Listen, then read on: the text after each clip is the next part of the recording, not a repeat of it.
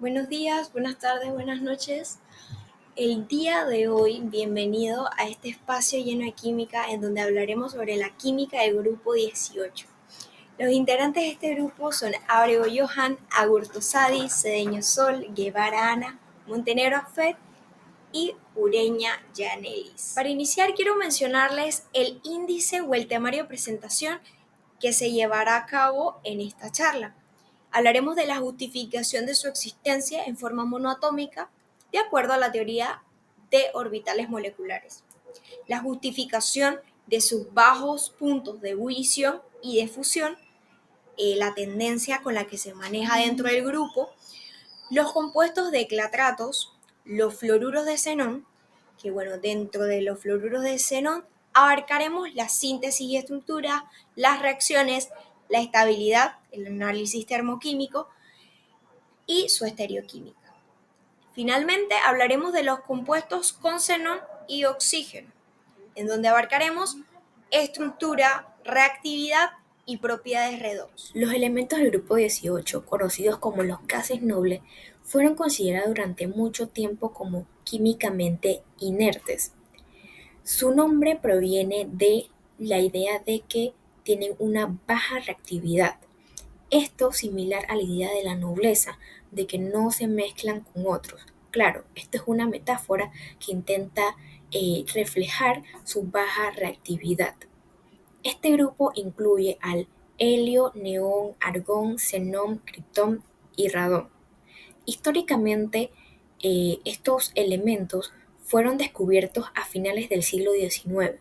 Primero el helio, que fue hallado en el espectro solar antes de serlo en la Tierra.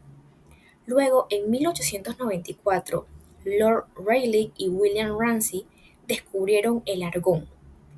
Esto llevó al descubrimiento del resto de los elementos del grupo y por sus comportamientos químicos excepcionales que no participaban de reacciones químicas como lo hacían los otros elementos, entonces se le asignó un grupo específico en la tabla periódica. Durante décadas se creyó que estos elementos no formaban compuestos, pero esta idea cambió radicalmente cuando en 1962 Neil Bartlett logró sintetizar el primer compuesto de un gas noble, el hexafluoroplatino de xenón. Esto revolucionó totalmente la historia, demostrando de que hasta los gases nobles podían formar compuesto bajo condiciones específicas y adecuadas. Desde este entonces se han fabricado diversos tipos de compuestos de gases nobles, en mayor proporción con xenón y en menor con radón y criptón. Y este tipo de compuestos los veremos a continuación. Como bien dijo mi compañera anteriormente, trataremos sobre la existencia monoatómica de los gases nobles utilizando la teoría de justificación. Primero tenemos que tener en cuenta de que estos elementos no pueden formar enlace para alcanzar su máxima estabilidad o alcanzar estabilidad, ya que para poder observarlo en primera instancia necesitamos saber sobre su situación electrónica y energética. Por aquí tengo un cuadro que lo explica, pero en pocas palabras es que cada orbital del último nivel de energía en la configuración electrónica de cada elemento de los gases nobles ya está lleno, lo que limita al elemento a que esté estable y que no necesite formar enlaces con otros para alcanzar esta estabilidad energética, porque ya la posee, debido a que cada orbital de cada nivel en su último nivel de valencia está lleno. La teoría de orbitales moleculares, o TOM, nos damos cuenta de que esta dice que el orbital atómico de dos átomos al aproximarse pueden combinarse de forma lineal, formando así CLOA. ¿Qué pasa? Que al combinarse estos orbitales atómicos forman orbitales moleculares, tanto antienlazantes como enlazantes. Esto es lo que proporciona la estabilidad en un enlace y se puede calcular con el orden de enlace, el cual es el número de electrones enlazantes menos el número de electrones antienlazantes, todo esto dividido entre 2.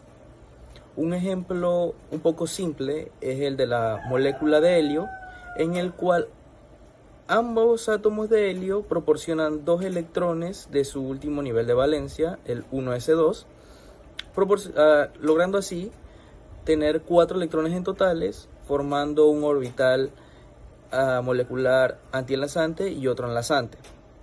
¿Qué sucede? Al calcular el orden de enlace de esta misma molécula, obtenemos que el número de electrones enlazantes son 2, menos el número de electrones antienlazantes, que también son 2. Todo esto dividido entre 2 da 0. Lo que quiere decir que la molécula en forma diatómica no es estable y que en realidad no hay un enlace entero o un enlace neto, por así decirlo. Con la explicación, pues aquí tengo unos diagramas que explican mejor o de forma más visual lo que quise decir. Tenemos los orbitales atómicos de cada molécula de helio con sus 2 electrones respectivos, que estos al juntarse y combinarse de forma lineal, formando cloa, forman 2 orbitales moleculares, uno enlazante y uno antienlazante, siendo el antienlazante el de mayor energía, por eso está en la parte superior, y el enlazante de menor energía en la parte inferior. Al momento de llenar estos orbitales moleculares, debemos tener en cuenta el principio de Aufbau, el principio de exclusión de Pauli y la regla de máxima multiplicidad de Hund.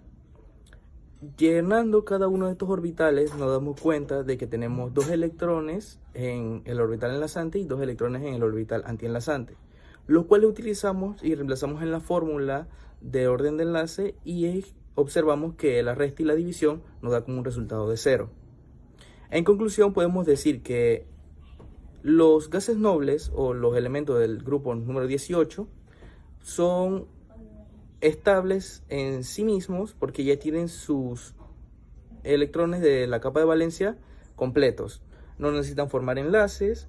También recordemos que utilizando y explicándolo con la teoría de orbitales moleculares observamos que normalmente siempre su cálculo da 0 y que al final las moléculas y los enlaces no son recomendables y de forma natural no sería estable, sino que proporciona inestabilidad y por lo tanto no existen. Sin embargo, también podemos recordar de que se puede decir que los elementos del grupo número 18 son gases inertes, pero esto no es del todo cierto. Elementos como el criptón en condiciones especiales puede llegar a formar compuestos.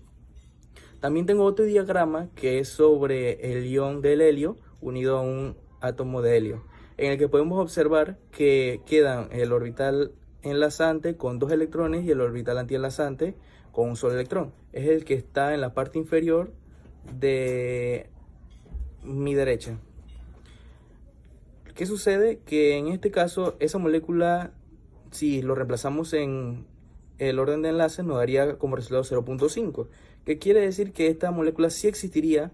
En cambio, la diatómica del elemento de helio completo... A mí me toca la justificación de sus bajos puntos de ebullición y fusión, tendencia dentro del grupo. Dado que cuentan con fuerzas intermoleculares muy débiles, tienen bajos puntos de ebullición y de fusión. Los gases tienen todos bajos puntos de ebullición debido a sus capas esféricas cerradas y la falta de interacciones mutuas distintas a las débiles atracciones de Van der Waals. Como es de esperar, en ausencia de ninguna dirección de enlace preferida, los sólidos tienen estructuras de empaquetamiento compacto. Los átomos, al aumentar en tamaño atómico a lo largo del grupo, las nubes de electrones de estos átomos no polares se polarizan cada vez más, lo que conduce a fuerzas débiles de Van der Waals entre los átomos.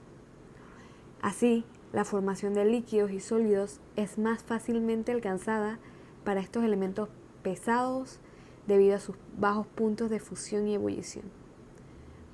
El helio, como ejemplo, en particular, es particular ya que es la sustancia del punto de ebullición más bajo conocida y es el único elemento que forma un sólido solamente a presión elevada, aproximadamente 25 atm. El helio líquido es un líquido normal hasta el punto de 2K según la presión, en que se convierte en helio 2, el líquido más extraordinario, con viscosidad cero, conductividad térmica muy alta, entre otras propiedades físicas excepcionales. Además, es el único elemento que presenta superfluidez. Bueno, ahora hablaré de la tendencia dentro de un grupo. Del grupo. Como se ve en la tabla de la diapositiva, en todas las propiedades aumenta, excepto en la de la energía de ionización. Ya explicaré por qué. Primero tendremos el radio atómico y el número de electrones, que es como ejemplo que los átomos de gas noble, al igual que los átomos en grupos, en los otros grupos que hay, aumenta de manera constante en el radio atómico de un periodo al siguiente debido al creciente número de electrones. Además de eso, también tenemos el tamaño del átomo, que el tamaño del átomo está correlacionado positivamente con varias propiedades de los gases nobles. La energía de ionización, que es la única que disminuye con un radio creciente, debido a que los electrones de valencia en los gases nobles más grandes están más alejados del núcleo, por lo tanto son más retenidos por el átomo. Las energías de ionización de dichos gases siguen la tendencia regular de aumentar a lo largo de cada periodo.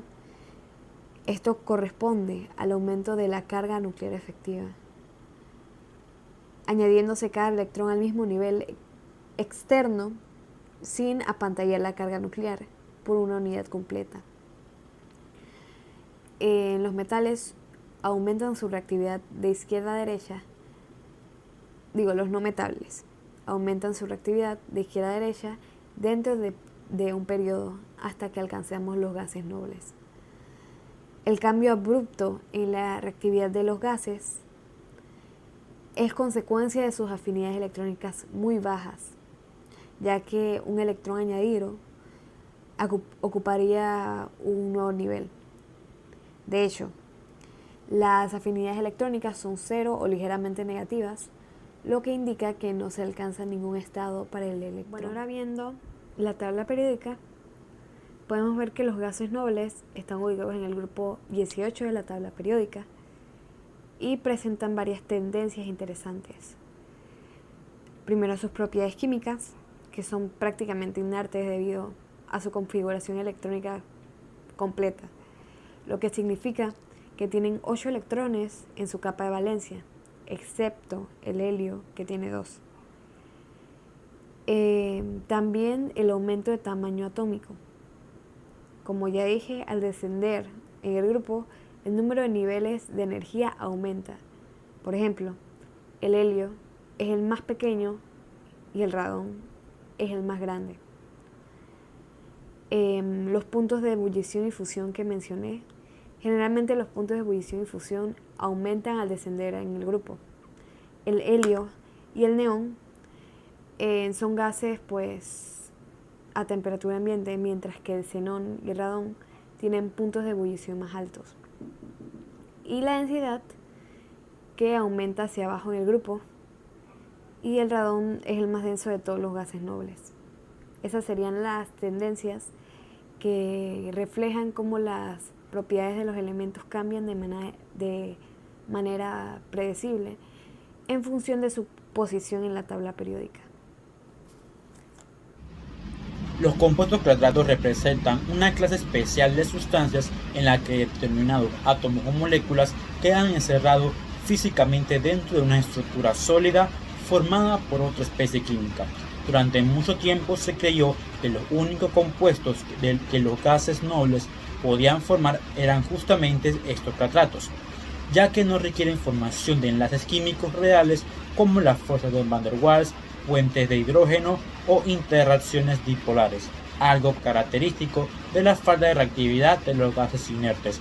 Los clatratos son compuestos de inclusión en los cuales una especie química llamada huésped queda atrapada dentro de una red tridimensional sólida formada por otra sustancia llamada anfitrión. En esencia, el anfitrión actúa como una jaula y el huésped como una molécula capturada. Los catlatos suelen incluir redes cristalinas rígidas construidas por moléculas pequeñas como agua, urea o hidroquinona, capaces de organizarse en estructuras geométricas con cavidades estables. Estas cavidades tienen tamaños y formas que determinan qué moléculas pueden quedar atrapadas. Los catlatos representan propiedades únicas, pueden estabilizar gases, modificar presiones de vapor, cambiar punto de fusión y servir como almacenes moleculares. En el caso de los hidratos, clatratos formados por agua, la estabilidad depende fuertemente del gas noble atrapado. A medida que disminuye el número atómico del gas, también decrece la estabilidad del clatrato. Esto se debe a que la estructura del clatrato está mantenida por dos factores principales: la red de enlaces de hidrógeno que forma la jaula de agua y la polarización inducida del huésped por las moléculas de agua. Un ejemplo es el clatrato de dióxido de carbono con agua, en el cual moléculas de dióxido de carbono quedan atrapadas dentro de cavidades formadas por la red de agua unida por puentes de hidrógeno, estabilizadas únicamente por la fuerza de Van der Waals. Tal como ocurre en los gases nobles, este hidrato se forma bajo bajas temperaturas y presiones moderadas. Se encuentra en ambientes marinos profundos y liberan dióxido de carbono al fundirse o disolverse, ya que no existe enlaces químicos entre el huésped y anfitrión.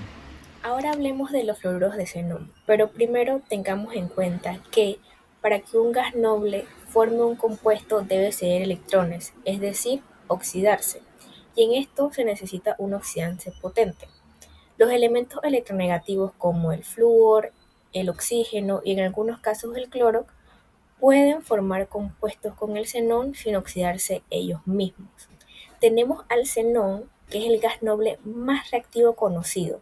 Los compuestos más estables que forman el xenón con el flúor son tres fluoruros: el difluoruro de xenón, el tetrafluoruro de xenón y el hexafluoruro de xenón.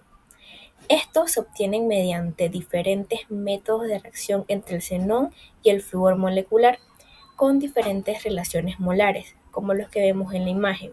Tenemos que para que se forme el difluoruro de xenón, utilizamos una mezcla 2:1. Para el tetrafluoruro de xenón, una mezcla de 1:5 y el hexafluoruro de xenón, una mezcla de 1:20. El primer compuesto del cual hablaremos es el difluoruro de xenón. Como primer punto tenemos la reacción química en donde una mol de xenón en estado gaseoso más una mol de flúor molecular también en estado gaseoso reaccionan para producir el difluoruro de xenón en estado sólido.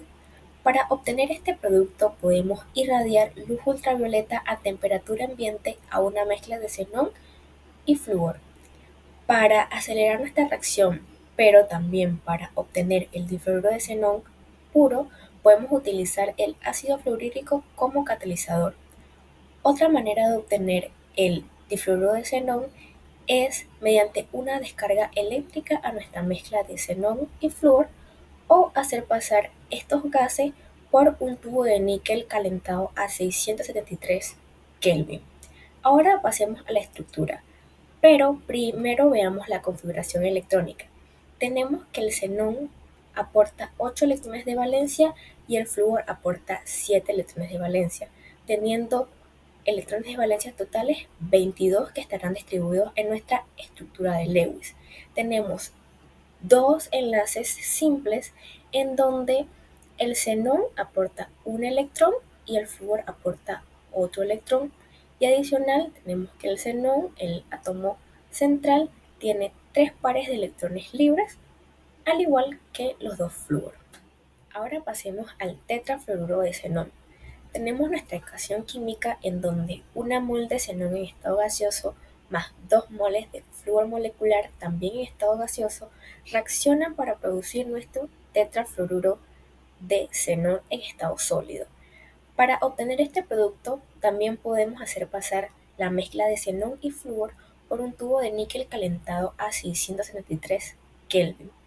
Pero, como vimos hace un rato, también podemos obtener nuestro difluoruro de xenón, por lo cual se recomienda utilizar una relación molar de 1:5. Ahora pasemos con la estructura de Lewis. Primero veamos la configuración electrónica. El xenón aporta 8 electrones de valencia y el flúor aporta 7. Tenemos 4 flúor, por lo cual tendremos de electrones de valencia totales 36 distribuidos en nuestra estructura. Tenemos 4 enlaces simples o sigma, en donde el xenón aportará a cada uno un electrón de valencia y el flúor también aportará un electrón. El átomo central tiene 2 pares de electrones libres y los flúor tienen 3 pares de electrones libres. Y por último, hablemos del hexafluoruro de xenón. Como primer punto tenemos la reacción química, en donde 1 mol de xenón en estado gaseoso más 3 moles de flúor molecular en estado gaseoso reaccionan para producir hexafluoruro de xenón en estado sólido. Para obtener este producto basta con mezclar nuestro flúor, nuestro xenón, y utilizar como catalizador difluoruro de níquel a una temperatura de 393 Kelvin. Ahora pasemos a la estructura de Lewis. Podemos observar la configuración electrónica, en donde el xenón aporta 8 electrones de valencia y el flúor aporta 7, pero tenemos 6 flúor. Entonces tenemos como total de electrones de valencia 50 que están distribuidos en nuestra estructura. Tenemos 6 enlaces simples o sigma, en donde el xenón aporta a cada uno un electrón y el flúor aporta otro electrón. El átomo central, o sea el xenón, tiene un solo par de electrones libres a comparación de las demás estructuras. Algo que es importante tener en cuenta es lo que hablábamos en la síntesis del tetafluoruro de xenón, en el cual veíamos que no se obtiene completamente libre, sino que también se forma el difluoruro de xenón, pero también puede formarse el hexafluoruro de xenón. Al igual que la reacción del hexafluoruro de xenón, se puede formar el difluoruro de xenón y el tetafluoruro de xenón. Esto se conoce como contaminación de fluoruro, ya que no obtenemos nuestro producto puro. Entonces, lo que se somete a estos productos es una separación para tener entonces nuestro producto solamente. El tetrafluoruro de xenón se separa por una complejación selectiva del difluoruro de xenón y el hexafluoruro de xenón, y lo tenemos en la imagen ecuación 17.1. Lo que vemos con un exceso de pentafluoruro de arsénico en pentafluoruro de bromo líquido, obtenemos complejos, pero obtenemos el tetrafluoruro de xenón, y este se elimina por medio de vacío. En el caso del hexafluoruro de xenón, se purifica mediante la reacción 17.2, en donde 1 mol del hexafluoruro de xenón más 2 moles del fluoruro de sodio, obtenemos un complejo llamado octafluorocenato sexto de sodio, y este entonces lo pasamos por una descomposición térmica para obtener nuestro producto puro. Ahora entremos a las reacciones de los fluoruros. Aunque los fluoruros de xenón en estado sólido son compuestos estables, reaccionan fácilmente con el agua. Además de esto, todos los fluoruros de xenón subliman a vacío. ¿Qué quiere decir esto? Que pasan de estado sólido a gaseoso sin pasar por el líquido. Ahora entremos de lleno a la reactividad con el agua. Cuando los fluoruros de xenón entran en contacto con el agua, se descomponen fácilmente. El difluoruro de xenón lo hace lentamente, mientras que el tetrafluoruro de xenón y el hexafluoruro de xenón lo hacen rápidamente. Ahora veamos las reacciones químicas. Como primer punto tenemos que 2 moles de difluoruro de xenón en estado sólido más 2 moles de agua en estado líquido reaccionan para formar 2 moles de xenón gaseoso más 4 moles de ácido fluorhídrico acuoso más 2 moles de oxígeno molecular gaseoso. Como siguiente punto tenemos la reacción del tetrafluoruro de xenón, en donde 6 moles de tetrafluoruro de xenón en estado sólido reaccionan con 12 moles de agua en estado líquido, formando 2 moles de trióxido de xenón en estado sólido, más 4 moles de xenón gaseoso, más 24 moles de ácido fluorhídrico acuoso, más 3 moles de oxígeno molecular gaseoso. Y por último, tenemos que 1 mol de hexafluoruro de xenón en estado sólido reacciona con 3 moles de agua en estado líquido, formando el trióxido de xenón sólido más 6 moles de ácido fluorhídrico acuoso. Veamos ahora los fluoruros de xenón como un agente oxidante y fluorante. Pero antes, ¿qué es un agente fluorante y qué es un agente oxidante?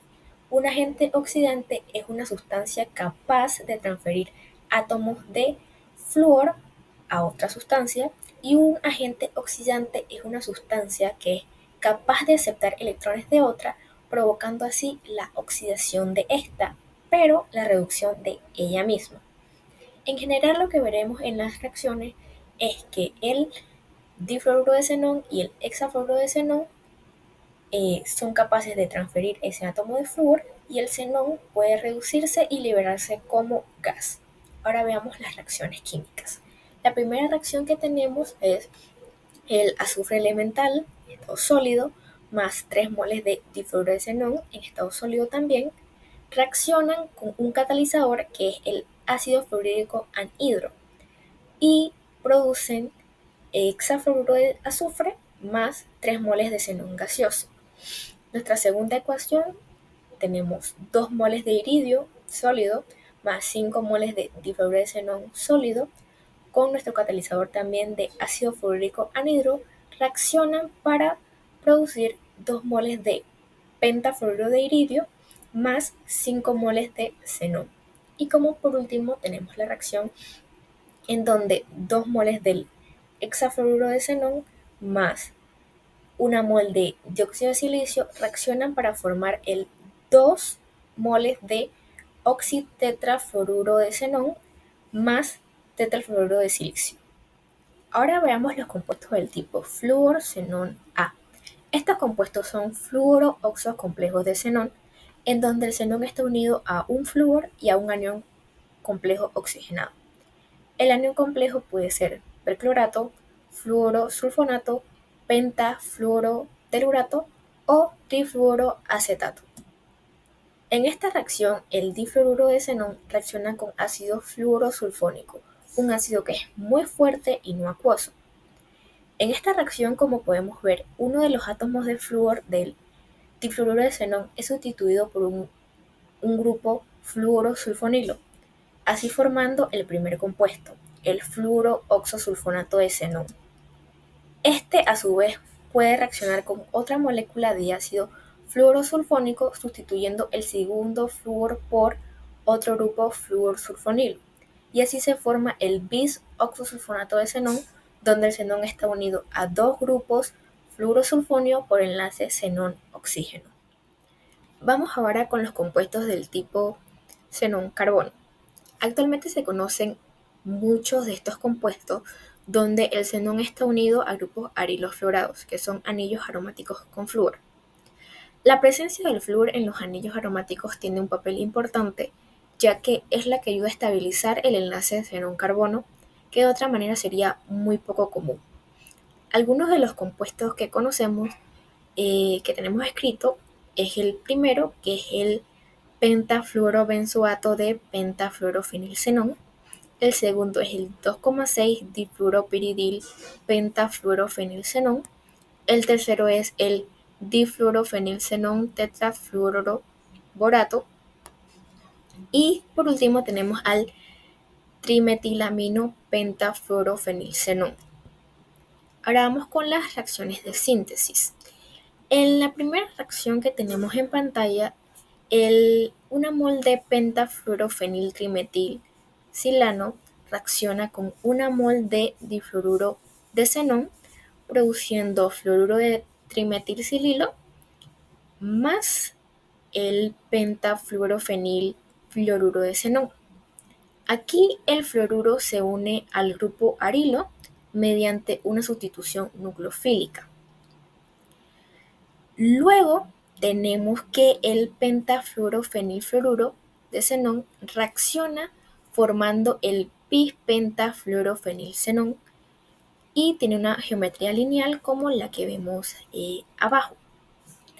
Los compuestos lineales son los dos primeros mencionados y los que están como cationes, donde el xenón forma un enlace de xenón-carbono que es estabilizado con un ligando o contraión, que es del 2,6 difluorofenilxenón tetrafluoroborato y del trimetilamino pentafluorofenilxenón. Ahora vamos con los compuestos de tipo carbono, xenón, cloro. Estos compuestos contienen un enlace directo entre xenón y cloro, además de un grupo arilo fluorado unido al xenón. En las reacciones podemos ver que primero el pentafluorofenilxenón hexafluoroarseniato reacciona con el clorhidrato de 4-cloropiridina y con el diclorometano y 195 Kelvin para formar el cloropentafluorofenilxenón más el 4-cloropiridinio hexafluoroarseniato y 2 moles del pentafluorofenilxenón hexafluoroarseniato más 6 moles de el clorotrimetilsilano. Estos productos reaccionan otra vez igual con diclorometano a 195 Kelvin para dar como resultado 6 moles de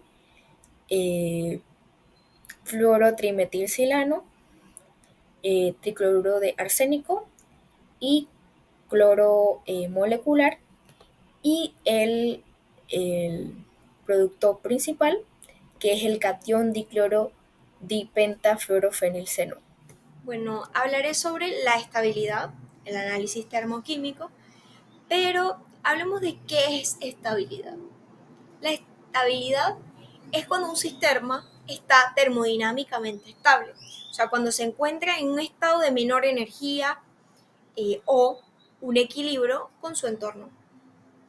O sea, esto significa que la reacción o descomposición en otras sustancias más simples o diferentes no es espontánea bajo las condiciones dadas. Para hablar del análisis termoquímico, los análisis termoquímicos de la estabilidad a menudo utilizan diferentes tipos de técnicas de análisis térmico para poder medir cómo reacciona un material ante los cambios de temperatura. Ahora sí, hablaremos sobre la estabilidad de los fluoruros de xenón. Los fluoruros de xenón son los únicos compuestos estables que se forman por síntesis directa a partir de un gas noble, el xenón, y otro elemento como es el flúor, en este caso. Su formación es un proceso totalmente exotérmico, lo que indica que liberan energía al formarse, haciéndose así más estables a temperatura normal. Bien, hablemos sobre la estabilidad del análisis termoquímico de xenón, del difluoruro de xenón. El difluoruro de xenón es un compuesto químico formado por el xenón y el flúor. Su fórmula indica que tiene 2 átomos de flúor, un átomo de xenón. Aunque los gases nobles suelen ser muy poco reactivos, el xenón puede formar diferentes tipos de compuestos bajo ciertas condiciones especiales, como son la alta presión o la exposición al flúor elemental. Bien, como dato curioso, el difluoruro de xenón fue uno de los primeros compuestos de gas noble descubiertos en el año de 1962. Este fue sintetizado por primera vez por Rudolf Hoch en la Universidad de Münster, Alemania. Esto al hacer pues como reacciones de mezclas de gases de flúor y xenón en una descarga eléctrica. Pero ya el xenón había sido descubierto anteriormente por William Ramsay y Maurice Travers en el año 1898. Bien, hay que mencionar algunas cosas que me parecen bastante importantes, y es que el difluoruro de xenón es bastante estable en condiciones normales, pero reacciona muy violentamente con el agua y con compuestos orgánicos. Así que hay que tener sumo cuidado, porque libera oxígeno y libera lo que son los fluoruros de hidrógeno. Por favor, tomar en cuenta, él es bastante corrosivo, bastante tóxico. Si se va a manipularse en atmósferas controladas, las famosas campanas de extracciones que siempre debemos utilizar, o atmósferas inertes también, ya que pueden liberarse fluoruro de hidrógeno. Y adivinen, esto nos ocasiona un peligro total tanto para la piel como para los pulmones. Bien, hablemos de la estabilidad. Ahora sí, entremos en materia. A pesar de ser un compuesto energéticamente rico y, como ya antes mencionado, estable bajo condiciones normales, no obstante, su estabilidad térmica es bastante limitada y puede descomponerse a temperaturas elevadas. La descomposición térmica, del xenón es que se descompone en xenón y flúor gaseosos a temperatura de 300 grados Celsius. Sus condiciones de almacenamiento, debido a tendencias a descomponerse en temperaturas relativamente bajas, deben almacenarse en envases herméticos y en condiciones frescas. Y la estabilidad del difluoruro de xenón, más que nada, se deriva a una fuerte interacción entre el xenón y el flúor, pero estas interacciones pueden llegar a romperse con suficiente energía térmica. Así que este comportamiento debe tenerse en cuenta al momento de manipular el difluoruro de xenón en aplicaciones industriales o en investigación. Siguiendo con el tema de la estabilidad, vamos a hablar sobre el diagrama que tenemos en la pantalla. Este diagrama está profundamente relacionado con lo que es la termoquímica, pero en un sentido un poco más dinámico y cinético. Bien.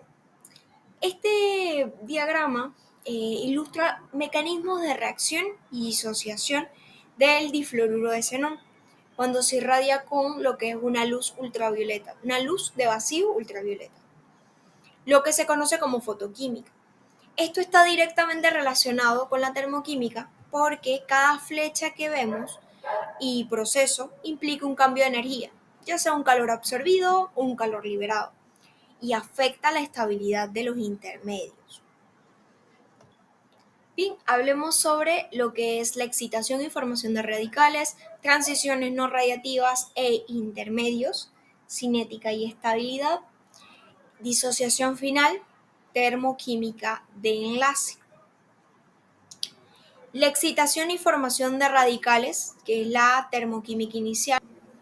Bueno, hablemos del pumping radiation o el bombeo de radiación. Justamente la luz de vacío ultravioleta. Aquí más que nada el difluoruro de xenón absorbe una energía, un cuanto de luz. Esto lleva a la formación de lo que es el excitado fluoruro de xenón. La energía de esta luz debe ser totalmente igual o mayor a la diferencia de energía entre el estado fundamental del difluoruro de xenón y el estado de fluoruro de xenón, más el átomo de flúor acompañante. Las transiciones no radiativas e intermedios, la cinética y la estabilidad, nos arroja que los cuadros de fluoruro de xenón, la parte B, el fluoruro de xenón C y el fluoruro de xenón A, pues son intermedios reactivos, que son radicales o moléculas con electrones desapareados. Las flechas como la KBC y la KCB representan las transiciones no radiativas, la relajación o la excitación por colisión, que liberan o absorben energía como calor o energía vibracional o rotacional. La magnitud de estas constantes de velocidad es un tema central de la cinética química, que está intrínsecamente ligado a las barreras de la energía, que es la termoquímica, entre los estados. Los tiempos de vida indican qué tan estables son esos estados excitados antes de emitir la luz, la fluorescencia o disociarse. Por último, la disociación final, termoquímica del enlace, el estado fundamental del radical del fluoruro de xenón, el X, puede disociarse en xenón y en flúor. Este proceso está totalmente gobernado por su energía de disociación del enlace, lo que es la Kd, que se presenta ahí, y la Kr. Esto más que nada, pues, es una magnitud termoquímica. El fluoruro de xenón A también se puede disociar rápidamente en xenón y en flúor. La rapidez de esta disociación está determinada por la topografía de la superficie de energía potencial y un concepto fundamental de la termoquímica y la dinámica molecular. La estereoquímica del difluoruro de xenón se determinará por su arreglo electrónico y molecular, siguiendo así el modelo de repulsión de pares de electrones de la capa de valencia. El difluoruro de xenón es un ejemplo clásico de una molécula con un octeto expandido en el átomo central, que es el xenón. Bien, tenemos una serie de descripciones y de características que agrupan el difluoruro de xenón. Los electrones de valencia totales, 22 electrones. Pares de enlace, hay 2. Pares solitarios, hay 3 en el átomo del xenón. Dominios electrónicos totales, que son los pares de enlace más los pares solitarios, son 5 dominios. La notación de la repulsión de pares de electrones de la capa de valencia son AX2, E3, en donde A es el xenón, X son los 2 átomos de flúor y E pues son los electrones, los pares solitarios de electrones, que son 3. La hibridación del xenón va a ser sp3d, corresponde a los 5 dominios electrónicos. La geometría de los dominios electrónicos va a ser piramidal trigonal, o sea, la forma más que nada pues adoptan los 5 dominios, incluyendo los pares solitarios. Geometría molecular va a ser lineal, la forma vista solo por los átomos. Los ángulos de enlace entre F, xenón y F va a ser de 180 y su polaridad es no polar, aunque los enlaces entre el xenón y el flúor son polares. La geometría es lineal y simétrica, hace que pues, sus momentos dipolares se cancelen mutuamente. La disposición de los pares de electrones, para minimizar lo que es la repulsión electrónica, los pares solitarios proceden a colocarse siempre en posiciones en donde se ofrece más espacio. En la geometría bipiramidal trigonal, las posiciones ecuatoriales en el plano ofrecen un ángulo de 120, mientras que las posiciones axiales, arriba-abajo, ofrecen un ángulo de 90 grados con respecto al plano ecuatorial. Entonces, para minimizar las repulsiones, los 3 pares solitarios del xenón, del difluoruro de xenón, se sitúan en las posiciones ecuatoriales de la bipirámide, y esto obliga a los átomos de xenón, a los 2 átomos de flúor a poder ocupar las posiciones axiales. Entonces, como resultado ahí tenemos los átomos de flúor y de xenón que están en línea recta, dando así la geometría molecular lineal. Bueno, vamos a hablar sobre la estabilidad del tetrafluoruro de xenón. El tetrafluoruro de xenón está compuesto por 4 átomos de flúor y un átomo de xenón. Bien, este tipo de compuestos también debemos manipularlo en condiciones controladas, porque él suele reaccionar con el agua, produciendo así lo que es el xenón, el oxígeno y el ácido fluorhídrico. Entonces hay que tener cuidado, ya sea por los pulmones, por la piel, y porque también es un poderoso agente florante y oxidante. Bien, la termoquímica nos ofrece 2 métricas principales para poder evaluar la estabilidad de un compuesto. la entalpía de formación, que es la delta HF, y lo que es la energía de enlace. Podemos ver la reacción en formación, cómo está el xenón y el flúor en estado gaseoso para formar el tetrafluoruro de xenón con una delta HF de menos 251 kJ. Pero lo que es el tetrafluoruro de xenón termodinámicamente es estable con respecto a lo que es la descomposición en sus elementos. En condiciones normales, el proceso de descomposición no es espontáneo, así que se necesita una energía para poder invertir la reacción. Bueno, la estereoquímica de los el tetrafluoruro de xenón,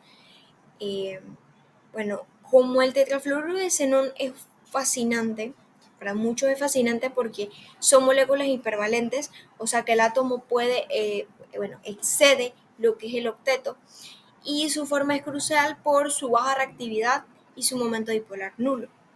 Así que la estereoquímica se puede describir por su geometría y por su hibridación. Esto ya sabemos que es determinada por la repulsión de pares de electrones de la capa de valencia. Las características que tenemos son: los pares de enlace son 4, los pares solitarios son 2, dominios electrónicos totales son 6 dominios. La notación de la repulsión de pares de electrones de la capa de valencia es AX4E2. Ya sabemos que la A es el xenón, X es el flúor con 4 flúores y los pares de electrones libres son 2. La hibridación del xenón es sp3d2, correspondiente a los 6 dominios. La geometría de los dominios electrónicos va a ser octaédrica, que es la forma ideal para los 6 dominios. La geometría molecular, plana cuadrada, se observa solo en la posición de los átomos. Los ángulos entre el xenón y los flúor van a ser 90. Y la polaridad va a ser no polar debido a la simetría de la geometría plana cuadra. O sea, los 4 momentos dipolares entre el xenón y el flúor se cancelan. La disposición de los pares solitarios para poder minimizar lo que es la repulsión electrónica, los pares solitarios se pueden llegar a colocar en las posiciones que los separa al máximo. En la geometría octaédrica, las posiciones son equivalentes, todas las posiciones son equivalentes. Pero colocar los dos pares solitarios en posiciones opuestas, o sea, trans, permite un ángulo de 180 grados entre ellos. Así puede minimizar la repulsión par solitario, que es la más fuerte. Entonces, al ocupar las posiciones trans, los 4 átomos de flúor quedan confinados al plano ecuatorial, lo que resulta una geometría molecular plana cuadrada. El hexafluoruro de xenón. El hexafluoruro de xenón, un compuesto formado por 6 átomos de flúor y un átomo de xenón. El hexafluoruro de xenón, pues también es un compuesto bastante fluorante. Es el flúor más oxidante del xenón y reacciona con agua produciendo xenón, oxígeno y ácido fluorhídrico, o bien xenón trióxido, dependiendo de las condiciones. Entonces, al actuar como fluorante, puede transferir átomos de flúor a otras sustancias. También puede formar iones complejos. Bien, debemos saber que la estabilidad del hexafluoruro, el hexafluoruro de xenón, se sintetiza calentando lo que es el xenón y un gran exceso de flúor 2 a altas presiones y a temperaturas moderadas, aproximadamente 300 grados Celsius. Como vemos, lo que es la delta HF es la entalpía estándar de formación. Bien, tenemos una foto, una imagen, que habla de la reacción de la formación, el xenón en estado gaseoso, el flúor también en estado gaseoso, para formar el hexafluoruro de xenón. Entonces el valor aproximado de HF es de menos 294 kilojoules mol. Bien, el valor es el más negativo de los fluoruros, la verdad sí, es de menos 108 kilojoules mol, menos 294 kilojoules mol. En conclusión, el hexafluoruro de xenón es el termodinámicamente más estable de los 3 fluoruros de xenón, ya que su formación es la más exotérmica de todos y por lo tanto libera una mayor cantidad de energía. Finalmente, hablemos sobre la estereoquímica del hexafluoruro de xenón. Su estereoquímica es la menos ideal de todas, es notoriamente compleja y es un ejemplo clásico de cómo un par de electrones puede distorsionar toda la geometría molecular. Entonces, estos pares de electrones llegan en un momento en el que todo lo distorsionan significativamente la geometría molecular, que luego hablaremos sobre esa distorsión. Primero, el análisis de las repulsiones de pares de electrones de la capa de valencia del hexafluoruro de xenón. Tenemos pares de enlace, tenemos 6, pares solitarios tenemos 1, los dominios electrónicos totales son 7 dominios, la notación de la repulsión de pares de electrones de la capa de valencia es AX6, A procedente del xenón, X el flúor, tienen 6, y E1 demostrando el par de electrones. Luego tenemos la hibridación del xenón, es sp3d3, correspondiente a los 7 dominios, y la geometría de dominios electrónicos es piramidal pentagonal, que es la forma más ideal para los 7 dominios. Para la geometría molecular y la distorsión de la que se habla, aunque la geometría de los dominios electrónicos ideal para los 7 dominios de lo que se hablaba anteriormente es la bipiramidal pentagonal, esta geometría del hexafluoruro de xenón se describe como octaédrica distorsionada o piramidal cuadrada distorsionada. La octaédrica distorsionada es la presencia de un único par de electrones, ejerce una fuerte repulsión sobre los 6 pares de enlace, impidiendo así la formación geométrica octaédrica perfecta.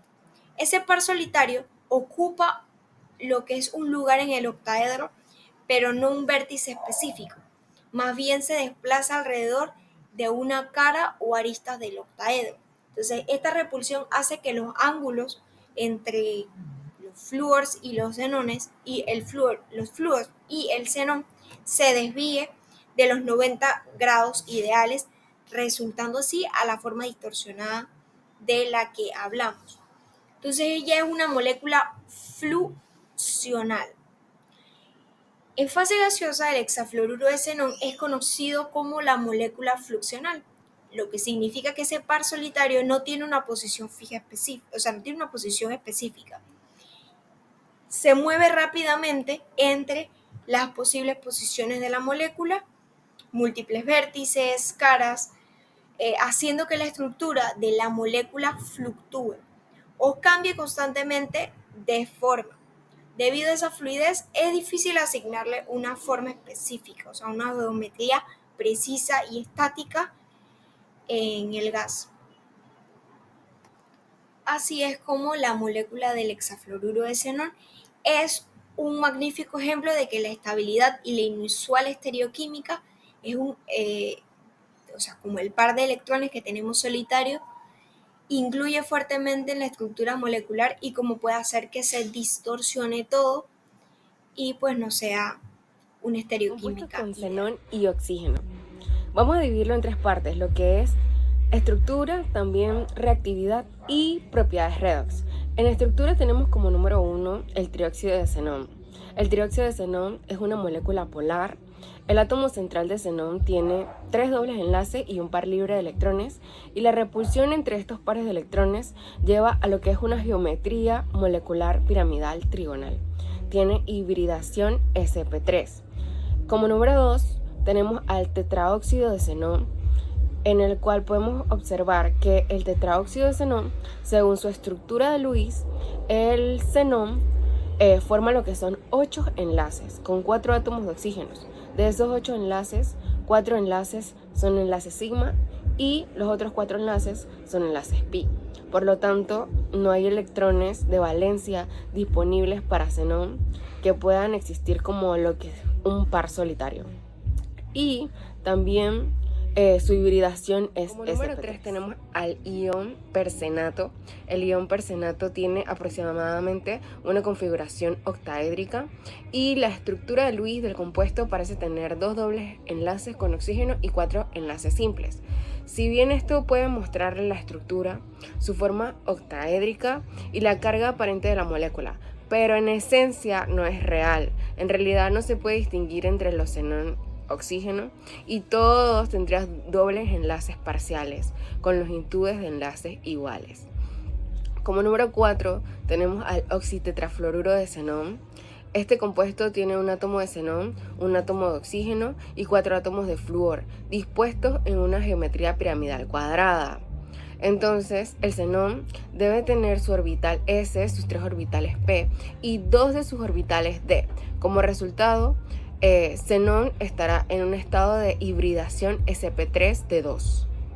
Y el oxitetrafluoruro de xenón es una molécula polar. Tenemos el difluoruro de dióxido de xenón. Aquí el flúor serán átomos axiales y el oxígeno serán átomos ecuatoriales. La hibridación del xenón, que es el átomo central, es sp3d. Y en términos de polaridad, el difluoruro de dióxido de xenón es una molécula polar. La parte B, que es la reactividad, donde el tetróxido de xenón es un compuesto químico de xenón y oxígeno con fórmula molecular observada aquí en negrita, notable por ser un compuesto relativamente estable de un gas noble.